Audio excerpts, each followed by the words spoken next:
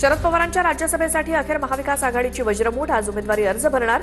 पवारांच्या तब्येतीच्या कारणास्तव विधान भवनातील अधिकारी घरी येऊन अर्ज दाखल करणार। राज्यसभा निवडणुकीसाठी अर्ज भरण्याचा आजचा शेवटचा दिवस। राष्ट्रवादीच्या कोट्यातनं पार्थ पवार अर्ज भरणार।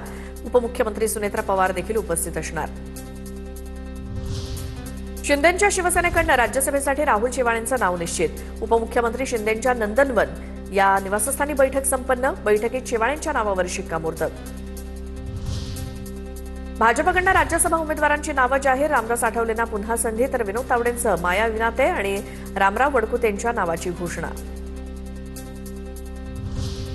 बिहारमध्ये खांदेपालट होणार। बिहारचे मुख्यमंत्री नितीश कुमार राज्यसभेवर जाण्याची शक्यता। बिहारमध्ये भाजपचा मुख्यमंत्री होणार असल्याच्या चर्चा तर पुत्र निशांत कुमार यांची उपमुख्यमंत्रीपदी वर्णी लागण्याची शक्यता। ठाकरेंची शिवसेना आणि मनसेतील नाराजीवर पडदा। प्रभाग समिती निवडणुकीत ठाकरे बंधूंचा एकत्र लढण्याचा निर्णय। स्वीकृत नगरसेवक पदावरून नाराज असलेल्या मनसेला प्रभाग समिती अध्यक्षपदासाठी उमेदवारी। रोहित पवारांनी मातोश्रीवर उद्धव ठाकरेंची भेट घेतली। अजित पवारांच्या अपघाताबाबत ठाकरेंसोबत 45 मिनिटं चर्चा। अपघात तपासासंदर्भात संसदेत आवाज उठवण्याची विनंती।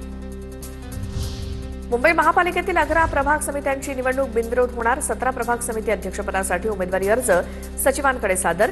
जी उत्तर प्रभागात मनसेचे यशवंत किल्लेदार आणि ठाकरेंच्या शिवसेनेचे जोसेफ कोळी यांच्याकडनं अर्ज दाखल।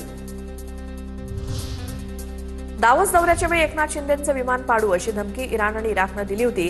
विनापरवानगी विमान देशात गेल्यामुळे पाडण्याचा इशारा दिला होता। रोहित पवारांचा व्हीएसआरच्या बेजबाबदारपणावरती खळबळजनक आरोप।